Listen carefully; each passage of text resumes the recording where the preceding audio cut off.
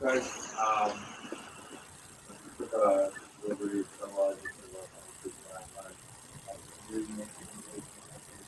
Yeah, I think we're live. Hi, everyone. Can you put a thumbs up in the chat box if you can hear me?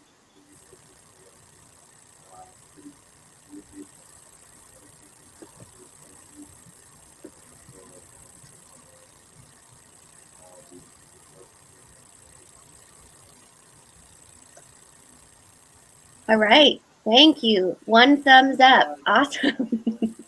Well, thank you so much for joining us today. We're really excited to have this event be kind of a prequel to our bigger Stratosphere event next week. I'm Kyler Cheatham. I manage the marketing here at Third Stage, and I'm very excited to be able to have our two experts with us today. We have Marcus Harris from Taft Law, who is an ERP expert when it comes to the legal side, and also a great sponsor of our Stratosphere event next week. And then, as many of you know, Eric Kimberling, who is the CEO and founder of Third Stage. So just a few housekeeping items. In the chat box, you can ask questions. We want this to be really interactive, and we'd love to get to know you. So if you could put where you're from in the chat box right now, we'd love to kind of see what we can make sure we're tailoring our content to hit. We also have the Register Now button right on the bottom of your screen, which is just a reminder to register for the bigger Digital Stratosphere event. There are two different registrations. One is for the first day of keynotes, and then day 2 and 3 are bigger, kind of more granular type of workshops. So please feel free to ask any questions regarding that event in the chat box. So with that, I will turn it over to Marcus and Eric to kind of take us through some Q&A here. All right, thanks, Kyler, and thanks for everyone joining here today from throughout the world. I see there's people everywhere from Oregon to London to Canada, Botswana, all over the place. So really appreciate the global audience here. We also are live streaming concurrently to Clubhouse. So if you're listening on Clubhouse, we're actually live streaming video on Crowdcast, but we're also going to take questions and have discussion engagement with people on Clubhouse. And I believe we're streaming on YouTube, although I'm not seeing the stream. And I think we might have had, I think that might have been what held us up here, getting live here. But we're, regardless of where you're listening and watching, we're glad to have you here today. As Kyler mentioned, I'm Eric Kimberling. I'm the CEO of Third Stage Consulting. We're an independent digital transformation consulting firm that helps clients through their transformation journeys. And I've been doing this for about 25 years or so, and glad to be here with you all today. Turn over to you, Marcus. Yeah, my name is Marcus Harris. I am a partner at Taft Law, and one of the primary focuses of my practice really for the past 20 years has been both drafting and negotiating ERP-related contracts on the front end and litigating them on the back end when they go off the rails. So a tremendous amount of experience, both in-house and going up with an adversarial posture against software companies. So I think I can give you guys a lot of insight from both sides of the table, and that's what I really hope to do today. So I'm looking forward to answering your questions and getting into it. Yeah, absolutely. Well, good to have you here, Marcus. And Marcus and I are obviously going to be two of the speakers next week at our Stratosphere event, which, as Kyler mentioned, is a free live event. It's a 3-day event, a 3-day conference. The first day of keynotes, which Marcus and I, among others, will be speaking at. There is no charge for that first day of keynote session, so I encourage you to register in the link that you see below. And if you're on Clubhouse, you can DM me, and I'll send you the link as well. And the other thing I'll point out, in addition to that, is the second 2 days, days 2 and 3, there's a small fee for that, and if you opt to attend all 3 days, we've got a discounted rate for you. On that. So you can start off by registering for the first day of keynotes. That's probably a great place to start with the link that you see below, or the Register Now button. And then you can decide if you want to add the paid workshops later. So what we're going to do today is, today I wanted to give sort of a preview to what's going to happen next week, and some of the many topics we'll cover next week. And so think of today as sort of a flyover, 20,000-foot view of digital transformation, best practices, and lessons learned. But next week, we're going to get a lot more granular and more specific, getting down into details. So one question that I saw pop up that's probably worth clarifying right now is this is, in this particular session, is more of a Q&A, moderated discussion. So a little more informal than some of the sessions you're going to see next week. So next week will be a combination of, the PowerPoint presentation, your traditional PowerPoint presentations and workshops. But we're also going to have panel discussions and Q&A, that sort of thing as well. So it'll be a good combination of this format you see here today, but also having quite a bit of the PowerPoint presentation approach. So that'll be something that'll be coming up here next week, Tuesday through Thursday. And really, we would just want to dive in today and just start jumping into some questions, Marcus, and we encourage you to ask any questions you all have. I've got some questions and talking points I want to start with, but we can scrap this and go straight to your guys' questions if the audience has any, or I can keep running through the list of stuff I have. And again, there's no real specific topic we want to cover here other than what are the differences between transformation, success, and failure. And that's obviously a very broad topic, and we can go a million different directions in that. So I'll maybe take a stab at starting off with some questions here to get us going. So I guess to start, Marcus, if you had to summarize it, and let me back up for a second. You do a lot of litigation related to lawsuits, more from the legal perspective. And so these are extreme failures, extreme train wrecks, that sort of thing. I come at it more from the non-legal consulting perspective. But when you think about it from your perspective, what are some of the most basic reasons or the fundamental reasons why transformations fail? Are there any common themes or patterns you see? Yeah, I mean, really, in the lawsuits that we litigate, we see kind of the same issues coming up over and over and over again. And they've certainly got a different flavor based on the particular software product or the particular implementation or whatever the pain point was. But all of these stories are incredibly similar. I think fundamentally what you need to be aware of is, when these things fail, it really isn't necessarily because of technology. Okay, I think that certainly factors into it, and there's cases that we've litigated where there's pieces of broken code, or there were such fundamental gaps in functionality and they were misrepresented. But I think those are kind of the extreme. Okay, but I think it really comes down to people. And it comes down to just managing the process. And when we see implementations that have failed and they've ended up in court, there's enough blame to go around, and it really is because of a lack of planning, a lack of change management, and just really kind of a not having realistic expectations of what you're getting into and how difficult it's going to be. Yeah, and I agree with that comment that you opened with and everything you said after that. But the main comment that it rarely has anything to do with the technology, and it more often has something to do with the people and the processes and everything but the technology. And maybe I'll start there before we kind of get to the bigger Pandora's box of what are all those things that are non-technical that could create some of the issues. But maybe just to start, on the surface, a lot of the cases that you and I have worked together on where I've been an expert witness for some litigation you've been involved with, it seems like on the surface, though, the allegations are often focused on the technology. Is that true? Like they'll say, hey, the technology didn't work, it caused us to fail, and therefore we're going to sue our vendor or sue our system integrator. Is that right. The case? So, yeah, I think so. That's the starting point for most of these lawsuits, right? It's that the software was supposed to conform to specifications, documentation. It was supposed to do something, and it just didn't do it.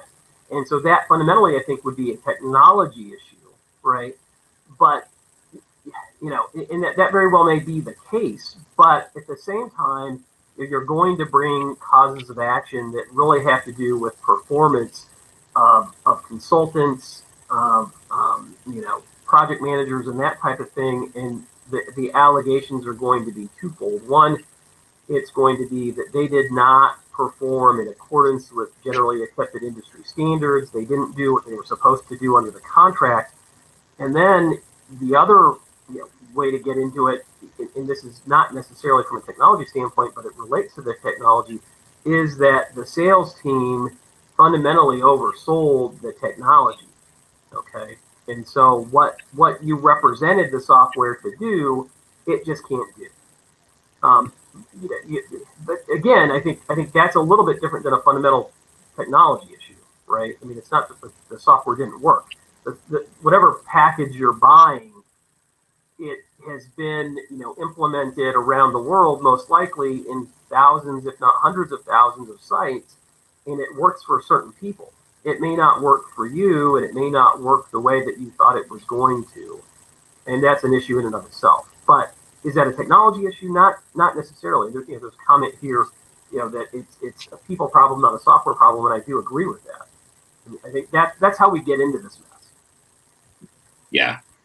Yeah, and it seems like on the surface, the symptom oftentimes is something technical. It looks like on the surface that the technology is not working or it's not working for our business, but when you really peel back the onion and dig into it, you find that there's a lot of other issues that can contribute to that.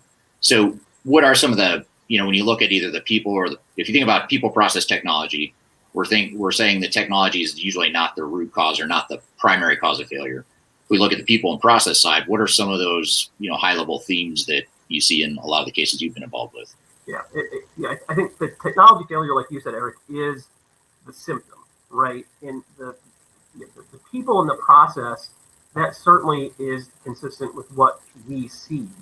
From my standpoint, negotiating contracts on the front end, you want to account for the fact that these people are not going to perform the way that they're supposed to. So you want to make sure that you have in your contractual framework that you're negotiating, that you've got methodologies and processes in place on the front end that takes into account that not everybody's going to do what they said they're going to do, and you want to have a process to know what to do when that happens. So my goal is for my client to be able to take that contract out of a desk drawer after having not looked at it for a year, and for there to be an issue, and for that issue to be addressed specifically within the four corners of that contract. So it says, okay, when you don't perform the way you're supposed to do, here's the next thing that we're going to do, here's the next thing that we're going to do, and here's how it's going to get resolved. That's the way you manage the people in the process as best you can. I mean, at least what it does is it gives you a dog in the fight, so that you're not just going up against the vendor without any kind of backup. When they're saying, well, this is how we do it, this, you should have known, you've never done this before, so you don't know what you're talking about. But if you've got something on the front end that guides you through that process and tells everybody what to do, I think you can manage the people in the process. And when these go off the rails and they end up in court, it's because those contracts didn't account for the parade of horribles that might happen. Okay. Yeah. And a follow-up question here that actually just came in on the chat that you may see there is from Jack. He asked, is technology leveraged as an easy excuse to start the litigation process? Well, like I said, I think technology is the symptom, right? So the software not working the way it was represented, whether it doesn't allow you to accurately track your goods through, their life cycle, or, the processing speeds are incredibly slow, that all bubbles up because of some kind of either misrepresentation, some sort of, failure of somebody to do their job correctly, or not understanding, what they needed to do. So I think, I wouldn't say it's leveraged necessarily to start the process, but it's going to be a symptom, right? And I think it's not the be all and end all. It's not, okay, well, the software was missing chunks of code. We've been in cases like that where it is just all about the technology. But in these kinds of, month-long, year-long projects, it really comes down to, people not doing what they were supposed to do on both sides, frankly. Yeah.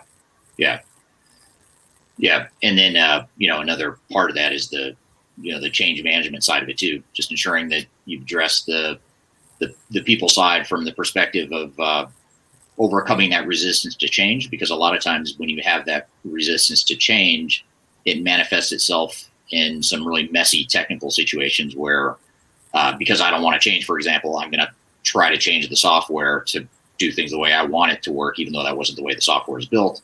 Therefore, I go customize. Therefore, I create a bunch of problems, introduce a bunch of risk and cost into the project, and then, I can kind of create a self-fulfilling prophecy, if you will, or create my own difficulty by resisting that change. Is that something you've seen as well in some of the cases you've been involved with? We see that all the time, and when we represent customers suing software companies, that's the allegation that they point back at with us. And they say, look, you didn't want to embrace the new system. What you wanted was a system that was going to function in the exact same way as your 15-year-old legacy system.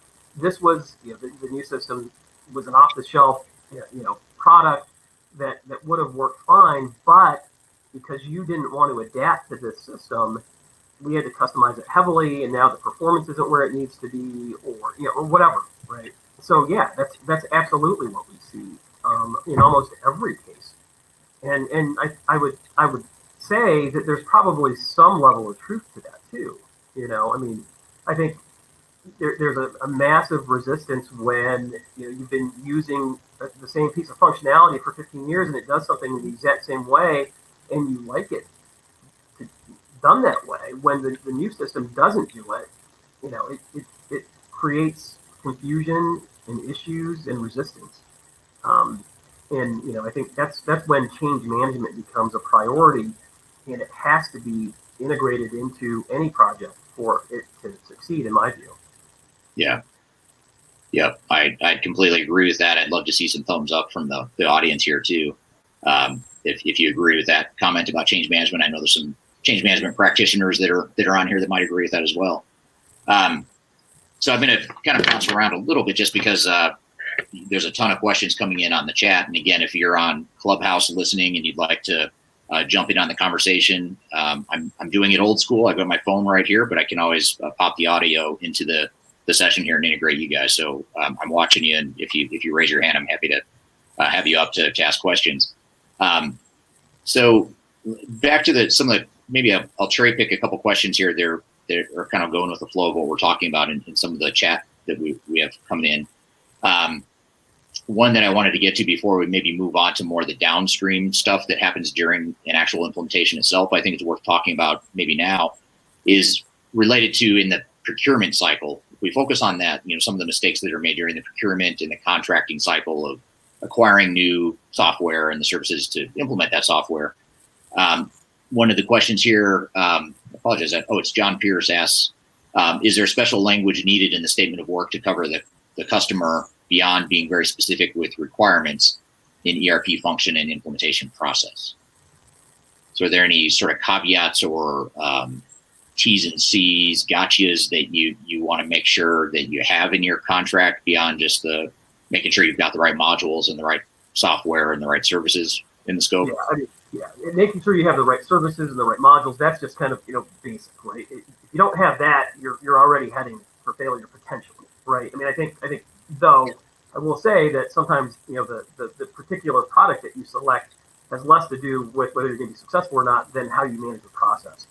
With respect to the contract, I think the statement of use, or statement of work rather, is probably the most important document or sets of documents that you're going to have in the implementation, right? Because that sets forth what the obligations are. And so to answer your question specifically, what kind of language do you have to put in there to protect yourself? There's a variety of different clauses and things that you want to have, but certainly I think you want to have a process that is reasonably detailed, that says what they're going to deliver to you, when they're going to deliver it, and what specification it is supposed to conform to. So that's basic as well. But what happens when it doesn't conform to those specifications, right? So what you want to do is incorporate what I would call a deliverable acceptance provision into the contract that sets forth that all that out with some level of specificity. So you deliver it during X date. We've got 2 weeks to review it, and to make a determination that it conforms substantially with whatever the agreed upon specifications were. To the extent it doesn't, we come back to you, tell you why it doesn't, and you've got, you know, another bite at the apple. If the negotiation part is, well, how many bites at the apple do they get? And, you know, after they've tried and it doesn't work, what happens? Do you get your money back? Do you terminate the contract? Do they pay for somebody else to come in and do it? You know, there's a lot of different, you know, avenues to go down. But I think, you know, having a process by which you can accept and reject deliverables to make sure that they conform is something that's key to put into a statement of work. Yeah.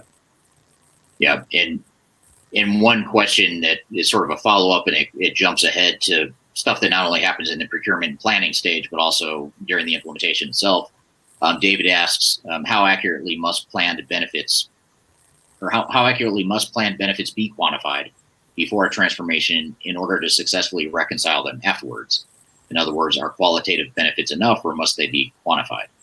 I have an opinion on that. I'll start with and then see what you think, Marcus. But I think the business case is oftentimes underrated. You know, quantifying business benefits oftentimes is relegated to the back burner, because a lot of times, I'd say most of the clients we work with, the executives and the project team will say, we don't need a business case because we have to replace our software.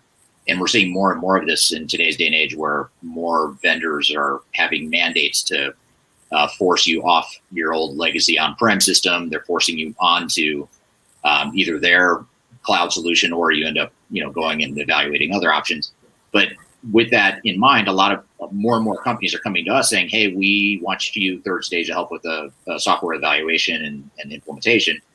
And a lot of times we ask why. You know, why do you want to do this? Why now? You know, what's that tipping point? What are the benefits you're expecting to get? And usually it's driven by something that's very reactive. We have no choice. And that's, you know, that certainly is a sense of urgency that's good to have with the transformation. But if you haven't quantified what exactly you want to get out of the project and how you're going to get those benefits, what ends up happening is you don't have the proper project governance. You don't have the proper focus.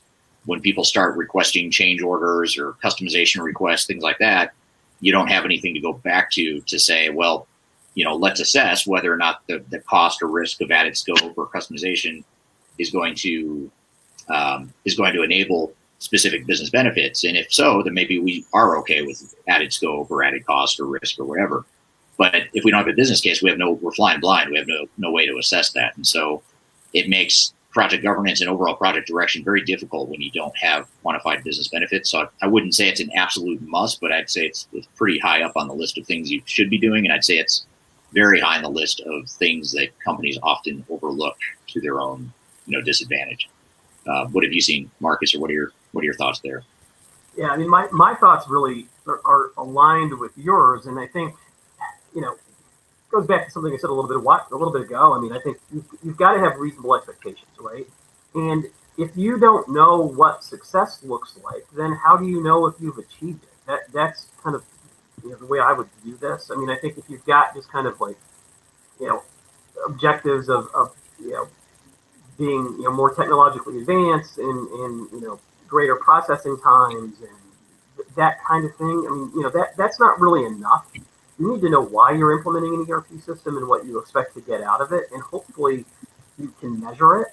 And you know, once you're able to measure it with some degree of specificity, then I think you know if you've hit your target. If you don't, then you're kind of flying blind and you're not really going in any direction at all. And I think that's an incredible risk, because I think, to your point, Eric, I mean, you start going down the rabbit hole of change orders and customizations and modifications, and you don't know what you're doing it for, right? And you know, the only base that you've got is how the legacy system functioned, and you know, you're implementing something new for a reason. So yeah, it makes decision making and overall vision a lot easier when you do have that ability to see clearly, you know, what that vision and path forward is. So another more of a comment here is digital transformation projects fail because businesses just follow the trend without looking for their real needs or where they want to go. I think that's great, a really great observation. It's very true. I totally agree with that. And I think you see that too. I mean, you ask people, well, why did you implement this system? Well, it's because everybody else in our industry is implementing that system, and that is not a good route to go either, right? I mean, that's just following the trend without any independent research as to whether that system really works for you. Yeah, yeah, and a good example is, and it's not. I guess let me back up. It's not even just the decision of what decision you make. Like I'm going to go forward with, for example, a cloud solution because all the vendors out there are saying cloud's the way to go. All the industry analysts are saying it. All our peers are doing it. So let's go ahead and implement a cloud solution. It may not even be that that's necessarily a bad decision or a bad choice for you. Let's assume it is the right choice or it's an okay choice for you. The problem is when you have unrealistic expectations because everyone else is implementing cloud. How hard can it be? Cloud's a lot easier to deploy from a technical perspective. So surely I can implement this a lot faster than I've implemented on-prem systems in the past. And we found those expectations are totally misaligned when you get into, buzzwords and trends and things like that. It's sort of, that's industry sales and marketing messaging tends to mismanage expectations to where people feel like or think that because they are implementing a cloud solution, for example, they're getting some sort of silver bullet, or because they're using industry best practices out of the box, all that stuff, it's going to make it a lot easier. The reality is, nothing yet has automated the whole human and operational side of the equation. Technology might be getting a little bit easier with cloud. It's easier to flip a switch and get access to your ERP system overnight, literally. You couldn't do that 10 or 20 years ago, but now you can. But unfortunately, that's the easy part. The hard part is figuring out how's that going to work for your business and how are you going to get your people and processes to align with that. And that hasn't been automated yet. At least we haven't seen it yet. Yeah, and these industry buzzwords are killers, right? Because people use them as a crutch. It's out of the box. It's more efficient. Whatever it is, industry best practices, and everybody wants that, right? I've had one case, and Eric, you were involved in this case, and the client, just said, well, we want industry best practices, and your software has it, so it must be good for us. And when it didn't work the way they thought it was going to work, it became a problem. So. Yeah, and that's one of the biggest root causes of that is unrealistic expectations. Because if you think about what happens when you expect something to be easier or cheaper or less risky than it really is, you end up drawing a line in the sand. You get budgetary approval for some unrealistic number and time estimate, and everyone's marching to the beat of that drum. But then at some point, someone somewhere realizes, wait, this was never realistic to begin with, or we're going to go way past, this is going to be a lot harder. It's going to take a lot longer. It's going to take a lot more money. And oftentimes then it starts to get political, and you've got the organizational dynamics come into play where people start saying, well, we can't go back and ask for more money, or maybe the board just doesn't approve more money or time. Therefore, we have to figure out how to box this in an unrealistic way. And so you end up cutting things like change management. You'll cut, a round of testing. You'll cut, whatever it is. And you'll cut some things that are usually bad ideas to cut, but you end up having to because you had unrealistic expectations. And then it's sort of a domino effect. It just creates a bunch of other problems when you make those bad decisions. Right. I mean, it's the first step down that long, winding road to ERP failure, and it becomes self-perpetuating at that point. Yeah, absolutely. It's really hard to get out of it at that point once you've headed down that path, or once you're on that slippery slope, for sure. One of the questions I wanted to ask that I had for you is, when we look at the design phase of a project, and then I'm going to jump back to some of the other audience questions too. But when we look at the design phase in particular, the design and build phase of a project, where you're focused on defining your processes, you're designing the specs for the software, you're building it. During that whole phase there, what are some of the common pitfalls or things that you see that have gone wrong or that have become issues in lawsuits you've been involved with? Well, believe it or not, I've seen customers try to wash their hands of that process and not want to be involved in it. Okay. Or they will say, we've already done this and we've flowcharted our business processes and here's how we do it. And they don't actually want to be 100% engaged in that process because they don't see any value associated with it. That to me is, just a recipe for disaster. And I've seen that more than once. I think from a design and build perspective, you've got to understand what the business processes are. You've got to understand how the software addresses those, and you have to understand what the functionality gaps are, right? And once you have a good understanding of that, then you know how to address it. And I think from a contractual standpoint, you want to have flexibility in your contract to cover, the general provision of services in accordance with some standard, but at the same time, you've got to get into the specifics and the nitty gritty, and whether that's through, a business requirements document, some attachments, some exhibits. You've got to go through that pain to detail with a very high level of specificity exactly what they're doing, exactly what the deliverables are, when they're going to be provided, what they're going to include, what they're going to address. I mean, it's almost just, the minutia associated with that is extreme, and you don't need to do that in every case necessarily, but the more detail that you put in, the better product and process you're going to get out of it. Yeah, absolutely. And having that clarity in place is important. And this is where, at the risk of opening a whole other can of worms that could lead to an hour-long debate or discussion, this is where a lot of times agile approaches create some problems because, a lot of times there's a rush. Agile is used as an excuse to kind of bypass some of that upfront design and that upfront clarity and definition of what your processes are going to be and what you want to be when you grow up as an enterprise. A lot of times people use Agile as a way to say, well, let's not spend all that time doing that. Let's just jump and start building and testing stuff. Do you see that often where, I don't know if it's Agile is relatively new, I suppose, in the industry, but are you seeing that become sort of a dynamic in any of the recent cases you've been involved with? Yeah, I mean, you see it as an excuse, in my view, not to put detail in the contracts, particularly from the vendor side. And to me, that's just a recipe for disaster. And it goes against what we try to do as lawyers, which is, be specific, detailed. The more detailed you are, the more risk you're mitigating. And if everything's done kind of on an ad hoc as you go basis, it makes it incredibly difficult for us to do our job. And, that is fundamentally to protect you and to lower the likelihood that your implementation or integration is going to fail. So we get pushback from certain integrators that say, well, that's not how we work, and we can't give you that kind of detail. And to that, I mean, I think you just got to push back hard. Yeah. They've got to give you something, because then, I mean, it really, I'd love to do legal work that way and quote, all my engagements on the same basis, where it's really just an open check book. So yeah. And once you're in the thick of an implementation, it's really hard to back off and say, okay, well, we're going to go with a new system integrator, or we're going to pick a different vendor because of all the problems that have been created. You kind of get stuck a lot of the time. Exactly. Yeah. So here's an interesting question that I don't know that I don't think I've heard this question before, but so I'd be curious to see what you think of this, Marcus. But this is from Liam Boyd in the audience here on Crowdcast, and he said that talking about litigation sounds like it happens at the top management level. What happens to the employees who are involved in the implementation, who are nominated by the company to implement the ERP? Are they pawns or scapegoats, or something different, or all the above?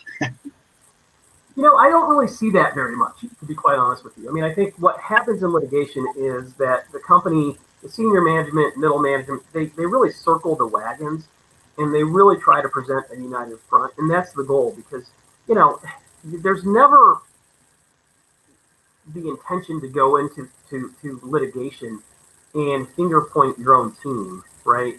Look, I've seen that where, certain members of a project team, maybe didn't function the way they were supposed to, or did some kind of strange things. But really, I don't see scapegoating happen very often. I mean, certainly it happens where the customer, tries to blame the failure on an individual team member from the vendor side. That certainly happens all the time, right? And the allegations associated with that are that you provided me with incompetent consultants that didn't know the system. They didn't have any experience in my industry, They didn't understand your technology, the vendor's technology that they were implementing, and you used my implementation project as a training ground for people that had no experience. I mean, that's the allegation, right? You don't want to come back and say that that's how your team was also made up, because that doesn't serve you very well. So I think to answer the question, no, we don't really see that with any level of frequency. Yeah, it seems like, just from cases that I've been involved with as an expert witness, it seems like the real damage or the morale issues and the pain organizationally below the executive level happens while this is all happening. While the failure is in development, it's churning through project managers. I remember one case that I was involved with early in my expert witness career, where and I think this has been true for a couple of cases I've worked with you on too, Marcus. There's been cases where you have a 2-year implementation and they'll go through 6 or 7 project managers, and it's almost like dead man or dead woman walking. They're set up to fail. There's no way that project manager or any project manager is going to succeed, because there's such fundamental problems with the approach, with the culture of the organization, with the match or lack thereof of the technical needs, with the operational needs. There's all these underlying problems that even a great project manager at times can't fix. So it seems like that's where the real issues come. I agree with you. Once you get to the lawsuit stage, it's sort of like, we got to get on the same page. We got to get aligned. It's us versus them. And it's a little bit easier, but it gets real messy before then. I mean, the chaos and the morale issues, it's pretty striking, because, in these cases, just to give everyone here some background, we see all the emails, we see the status reports, we see the, any piece of evidence that has anything to do with the case, you'll see. And so you'll see the emails back and forth of people basically, saying that they're set up to fail and there's no way to succeed. And, you just see a lot of the inner workings of it. So I don't know, what are your thoughts on that? Just the dynamics leading up to a lawsuit. I agree with you. I think that's where you see it, right? You see it within the implementation project itself, where certain project managers are scapegoated, and there's somebody that's invested in a particular module, functionality, product, and there's politics associated with it, and someone else isn't invested in it, and it comes down to a lot of kind of toxic environments that we'll see. And that's why I always say, it's a people project, right? And there's always blame to go around. And when you're involved in a toxic implementation project, God help you, because it's difficult enough when everybody is aligned and all cylinders are going the way they're supposed to. But you throw in some level of toxicity and politics and dislike among the project team, and you've got a recipe for a failure, in my view. Those do not end up well. And I think it becomes easy, for a vendor to use that against you in a lawsuit and make a lot of hay out of it. And it's hard to overcome some of that stuff sometimes. Yeah, absolutely. That's very, very true. I was going to jump to another question here. Well, actually, it's a comment from Mike Murray. He just said, as a follow-up to the point about benefits, business benefits, he said, the executives in my company wouldn't even consider qualitative benefits valid ever. They want quantitative benefits, plus they want to know how. For example, a system integrator told us we were going to save millions in benefits and inventory reduction, but we had to really force them to go to another level deeper on specific things that would be done to achieve the benefits. And so his point is, it does need to be quantitative, and it's a great point. I mean, if you're in the sales cycle and you have a system integrator or vendor telling you that you could save 30% on your inventory, or that machine learning and AI is going to reduce your labor cost by 50% in some area, really push to understand how that's really going to work, because a lot of times benefits potential and actual realized benefits, there's usually a big disconnect there. So you want to have that realistic view. Is that over promising? Is that a common thing you see, Marcus? Either quantitative over promising or qualitative? We see both, right? And that's a major issue in every one of these cases. And the causes of action that we bring in a software implementation failure, they're typically fraudulent inducement, negligent misrepresentation, breach of contract, breach of warranty, breach of the duty of good faith and fair dealing, unfair business practices. It runs the gamut, and it's you know, what I always tell my clients, if I'm involved on the front end, is, you know, these salespeople are incented by money. They're incented to, you know, sell you the most expensive software system that they can at the highest profit that they can, and they're selling you sizzle, right? And your job is, where is the stake associated with this? And that's, you know, the specifics. How much? You tell me I'm going to save millions. Well, how am I going to save it? Show me where that is on the back end, because, you know, if you sign up to it on the front end and you buy into what they're selling you, you know, the likelihood that you're going to be disappointed, I think, is high, and that's why, you know, we end up asserting in these cases, you know, fraud and negligent misrepresentation. And as an aside, those are very difficult causes of action to really prove, but, you know, we've been successful in doing it multiple times, and it's all because, you know, you've got overzealous salespeople that don't understand the functionality, they don't understand the customer's business, and they're going to tell you whatever they can to get you to sign that contract. And you know, that to me is something that you've really got to be aware of, and you've really got to cut through with some of these, you know, quantitative and qualitative, you know, issues here that we're talking about. Yeah. And actually, a, you know, question I had for you that is somewhat of a follow-up to what you were just saying is, you know, how would you assign ownership or accountability, what ownership and accountability should be between the customer that's implementing technology versus the vendor or the SI? You know, I know it's in these cases, for just to back up for a second, in these cases you and I are involved with a lot, it's usually not cut and dry as to whose fault it is. Usually it's a mix of both. But you know, how would you describe that to someone who's about to go through a transformation? How much responsibility should they take for their own success versus what they should expect the SI or the vendor to take care of for them? Yeah, and I think there's really two ways to answer this. Okay, there's one, you know, the practical way to answer this is, if we're just having a beer and talking, is that you've got to take as much ownership and responsibility for your project as you can. Okay, that's the answer.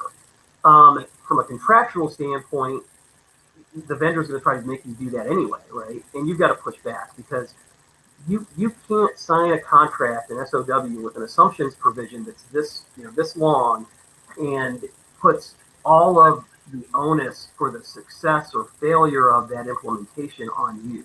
Okay, you're hiring these people for a reason, and most often the reason is because they've got experience, they're experts, and they've done this before. And, you know, with the life cycle of these implementation or replacements really being, you know, the software, people don't change their legacy system every year, right? So you most likely haven't done this for 10 to 15 years, and you have no idea what's going on. And the contract has to make it clear that you're relying on them for some specific expertise, and that, you know, when things go wrong, that they're going to step up to the plate and fix it. But, you know, the real answer is, I guess, from a contractual standpoint, is somewhere in between, right? You need to take as much ownership responsibility as you possibly can for the project, and you need to hold their feet to the fire as much as you possibly can, so that they're responsible. And I think from the contractual standpoint, from a negotiation standpoint, they're going to kind of try to meet, you know, not necessarily in the middle, but somewhere off center a bit, with the vendor taking the lion's share of the responsibility, but them having to rely on you to do certain things, and that's not unreasonable. Yeah, that makes total sense, and I think that's a common mistake or a mindset that people often have early in these transformations, is that, you know, I'm hiring the experts, I'm hiring a vendor, I'm hiring a system integrator, I'm hiring technical resources that know the technology better than I do. Therefore, I'm gonna outsource this project to them. They're gonna figure it out, and you know, I kind of that's why I'm paying them big money, right? I can kind of go back to running my business. They'll let me know when they've got questions for me, if they need something, or I'll give them a core team, and that core team will work with them to figure it out. And I think there's a sort of hands-off mentality that can get organizations into a lot of trouble, and it's a lot like, just as a quick side note, my wife and I are getting our house remodeled right now. We have a general contractor, but she's not very good. But we have a general contractor, but we've had to intervene and sort of take ownership of it, rather than saying, oh, well, she's messing up the whole house, and oh, she messed up the dimensions, or she's blowing the budget, or whatever. We've had to kind of micromanage at times. So, even though micromanage is not cool and that's not a buzzword these days, and it's the opposite that people are sort of trending towards, you do have to, in some ways, step in and micromanage, or whatever you want to call it, and really get your hands dirty and make sure that you're actively involved in what the project looks like, the strategy, the approach, governance, controls, all that stuff. You have to be, because that's the only way you're going to be successful. And I'm thinking of a specific case now where my client sues the vendor, and my client's expectation was, I'm going to pay you a lot of money. I don't have the time or the resources or the skill set to be substantively involved in the implementation project. I view software implementation as turning a light switch on. And you're going to come in, you're going to do everything, and then at the end of it, I'm going to flip the switch, and it's all going to work the way it's supposed to work, whatever that means, right? And that, no reputable vendor or integrator should agree to that, to take that obligation on, in my view. I think they're going to push back, right? Because it's just not reasonable. You've got to be involved in the process to some extent. And I think, the reasonableness is what level of responsibility you're going to take and how much of that responsibility is going to be alleviated from the vendor, right? And that's where the negotiation is, and that's where the art of it all is, because at the end of the day, you are hiring them, and they have the expertise and you don't, so you have to make there has to be some reliance on what they're providing to you. Yeah, absolutely. There's one question that stood out here I wanted to grab and pull up here. This one's from Andrew McKenzie, and this is a great question that I'm curious to hear your thoughts, Marcus. As an implementer, how do you respond when customers do not put forth a suitable team of process owners and subject matter resources, or they have not been backfilled and are not sufficiently available? So I want to see what you think, Marcus, but maybe I'll answer that more from the consulting perspective, even though we're not a system integrator, but we do, help clients implement and manage their system integrator and do the overall program management. One thing we typically suggest is that when you sign a contract, you've decided on the software, you've decided on the system integrator or VAR, you sign the contract, you're under immense pressure to just get going. Let's get in there. We're going to come in and start doing some workshops. We're going to start building stuff. We're going to test it, and we want to roll. And that's in the vendor's best interest, right? To get you up and running or get you started as quickly as possible, because the meter starts running on their services side, and the sooner they can get more software up and running, the sooner the subscription fees kick in. So there's going to be that immense pressure to start now. And what we find though is there's a huge amount of value to not calling a timeout. It's almost like taking two steps or taking a step back to take two steps forward. You've made the decision, great, momentum's high, everyone's excited about this project. Then you move into sort of a pre-implementation phase, or an implementation readiness is what we call it with our clients, where you're mobilizing the team, you're solidifying the overall approach and strategy, you're getting your own project governance in place, the controls, the steering committee, you're getting everyone aligned, you're even defining at a high level, what do we want this project to be? How do we want to look when we grow up? How is this project going to fit into our overall goals? And really just having a clear vision and blueprint for what the project's going to be. And then you bring the system integrator in so that they have those boundaries or those guardrails to work within. But the problem is I think it would go up to vendors and system integrators. In most cases, they would bypass that step and just jump right in. Let's get our army of consultants on site. We'll start building stuff. We'll use an agile approach where we'll just start doing stuff, even if it's not aligned with what you want. And I'm stereotyping, I'm being somewhat snarky about that comment, but it is true. You see that dynamic a lot. So I think that's one big dynamic that you can control is, what do we do in that pre-implementation and that readiness phase to ensure that we're ready to bring on the consultants and all the people that are going to help us start implementing. What have you seen, Marcus, or what are some of the dynamics you've observed? Yeah, well, and I think, Andrew's point is a good one, and it goes to what we were saying, that there's blame to go around, right? And this is a real risk for any system integrator, that the team that you have put in place as a customer is not the A team, it's not the B team, it's the C team, right? And they don't know what they're doing, and you're trying to rely on them to make decisions timely as an integrator, and they're not doing it, or they don't understand the complexity of what they're being asked to do, and that's incredibly problematic. What we see from a nuts and bolts perspective in a contract is, it happens in two places, essentially. There will sometimes be a process in the contract where both parties are able to approve and reject team members. Okay, we most often see it from the customer to the integrator. So the customer being able to get rid of bad performers. Okay, but from an integrator's perspective, you really want to have that same ability and some sort of a mechanism in the contract to be able to, replace people that aren't working well, or flag them, or do something, or at least have, the fact that they're not performing their job well, mitigate your obligation.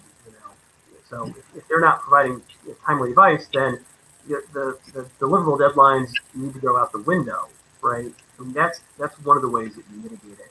And then the second place that we see it, there's sometimes in contracts some sort of a dispute, an informal dispute resolution process. This is a process that would be short of mediation, is short of arbitration, certainly not litigation. It's a process that you go through where you can bring your concern to the customer, project manager, project sponsor to project sponsor, whatever it is, and there's a delineation of what kind of has to happen, and who has to do what, and where things are going. So that's the way to respond and to mitigate it on a formal perspective. So, and it's a real issue. Yeah, absolutely. What about this question is from Jack, and he says, or he asks, who from the C-level side and what other business entities within the organization is the right person or group for setting the expectations, assumptions, and legal matters? So who are you usually working with, Marcus? I know the chief legal counsel or whoever internally handles legal stuff, but who are the key executives that you engage with beyond that? Yeah, it really varies, but I think from my perspective, who I want to deal with is the project manager that's going to have to live with the project. Okay, so that's in the contract negotiation side. So they're the ones that I can take the draft SOW to, and I can say, look, what's the deal here? This is what they want to do. Is this reasonable? Are you okay with this? So project manager to project manager is probably the level that I like to be at, because I think the CEO, the C-level executives aren't going to have the subject matter expertise to understand what's risky, what's not risky, what's realistic or what's unrealistic. So from my perspective, when I'm negotiating contracts, I want to have the most knowledgeable person that I can go to and work with, put the language in place that they're going to have to live with.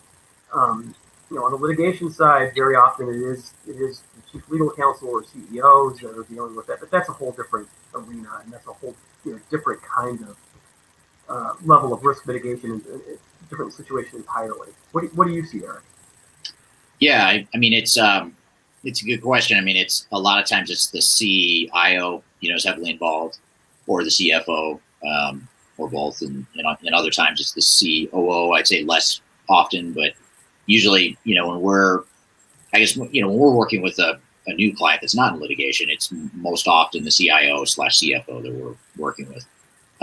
Or the IT director, or controller, whatever title it is. But when you get into litigation, I think that's where it shifts a little bit more to, you more commonly see the CFO or someone other than the CIO who's sort of stepped in to try to clean it up. It didn't work for whatever reason, and so then they end up getting involved in the litigation. So it is all over the place, but those are probably the most common ones that we see. Okay, and maybe I'll do just one more question here, and then I want to turn it over to Kyler to talk through, just to walk you guys through the agenda for what topics we're going to be covering, because a lot of these topics we're just scratching the surface, and I know there's a lot of questions here that we haven't gotten to, a lot of topics we haven't gotten to, but I think if you see the agenda for next week's workshops at Stratosphere, that'll give you some insight as to what we'll be covering and where we'll be focusing some of those different workshops. So I'll turn it over to Kyler here in a second, but before we do that, I wanted to cover another question here. Oops.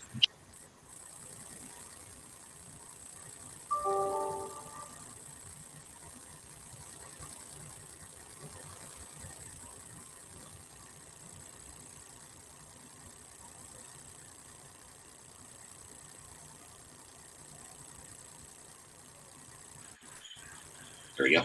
Sorry about that. I'm not sure what happened there. My computer froze up. It kicked me out. So, another comment or a question here is just related to root causes of transformation. So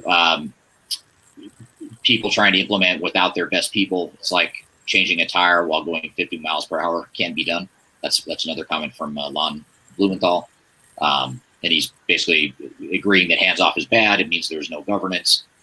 So those are really good comments there.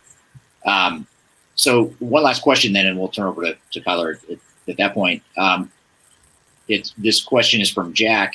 Again, he has another question here, which is organizations, due to real-time demand for revenue and profit margin increases, tend to try to change on the fly the statement of work or the scope of work, which leads to amending contracts and amending budgets and creating headwinds that are difficult to offset. From a legal perspective, how can we avoid these expected or unexpected challenges? What are your thoughts on that, Marcus? How to avoid change management or not? Excuse me, change orders. Is that the question? Yeah, like so when you have things that you discover while you're in the implementation, you for whatever reason, it's either something you learn about the software, maybe your business conditions change, you do something, there's something that triggers you to want to change the contracts, amend the budgets, and how do you avoid those to the extent you can? How could you avoid some of these expected or unexpected challenges that you might have? Yeah. I mean, I think really what you've got to do is you've got to invest the time on the front end to really, figure out where you're going with the implementation. I mean, RFPs, RFIs, all the research that you can do is really going to mitigate the likelihood that you're going to have, unintended issues arise. So I think that's certainly one way. I think, any kind of substantive amendment to a contract is going to be problematic, but I think,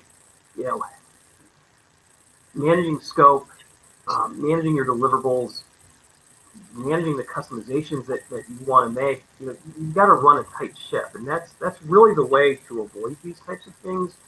That's not really a legal perspective necessarily. I think that's just a practicality perspective. From the legal side, you need to have in place mechanisms that allow you to have some level of flexibility, certainly. And we've developed over the years a whole change order process that is, painfully detailed, right? And it's not just, willy-nilly change orders and amendments to expand the scope and expand the budget. It's detailed. It requires approval. We want to know how much it's going to cost. We want to know why the scope is changing, how it's changing. As much, you use the term micromanagement, and that's probably the appropriate term, but it's not the term that I love to use for whatever reason. But if you can really, put a box around the reason for the change order and have a process that details it with a very high level of specificity, you're going to be in a better place than you otherwise would, because now you know what you're getting into, right? Changes are going to happen. And as much as you on the front end try to mitigate them from occurring, I don't think you can, right? I think it's going to happen regardless.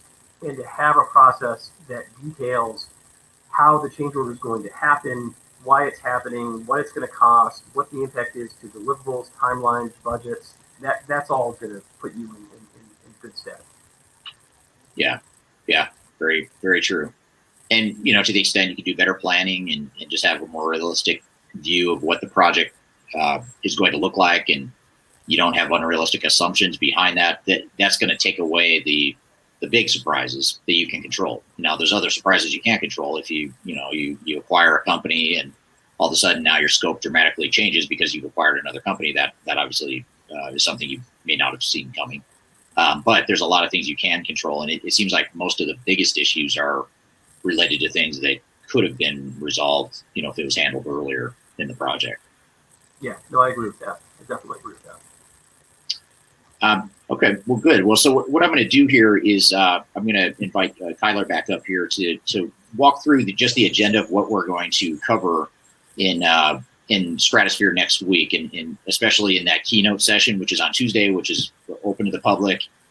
You do need to register for that on Crowdcast, or if you've received a marketing email from us, you could do it that way, or even easier, just hit the register now button at the bottom of the screen right here, and that'll take you to the page to register for the event. But just to maybe give you some flavor of what's covered in the agenda, both on the free day, the first day that's open to the public, there's no registration fee, and then also what's covered in those other 2 days. We'll go through that. So I'll turn it to you, Kyler, to maybe walk through at a high level what's in that agenda and what people can expect next week. Sure, absolutely. And share my screen.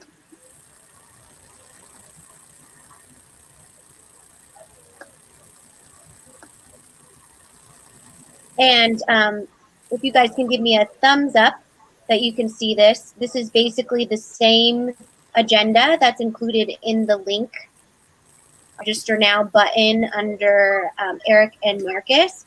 So obviously we just scratched the surface today, and the actual Stratosphere event is really meant to go into more of that granular detail. In this format, we'll still continue to take Q&As at each session and make sure that we're monitoring that too. So for the first day, as Eric mentioned, we are opening our keynote sessions to the general public.